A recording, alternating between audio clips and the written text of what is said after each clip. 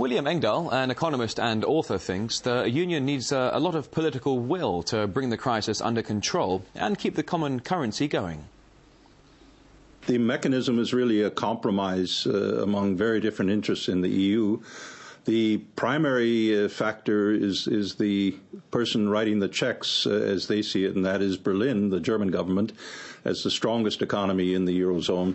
And they are determined to put in a mechanism. We're not there yet. It's a tiny step in that direction, a mechanism that will ensure after 2013 that these fire emergency bailouts, bucket brigade bailouts that we've had with Greece and now with Ireland will not occur in the future, that the moral hazard factor, which is the real point about this whole crisis, will be, there'll be incentives to bring that under control. I think the will is there on an EU Eurozone basis to bring this situation under control, but this is a form, really, no other way to describe it. It's a form of financial warfare, economic warfare.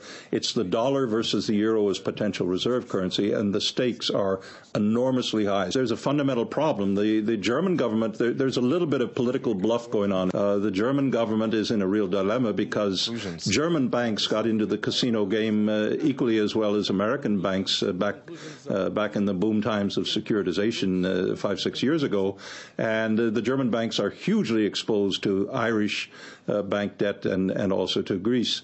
So Merkel has to walk kind of a fine tightrope in balancing this out.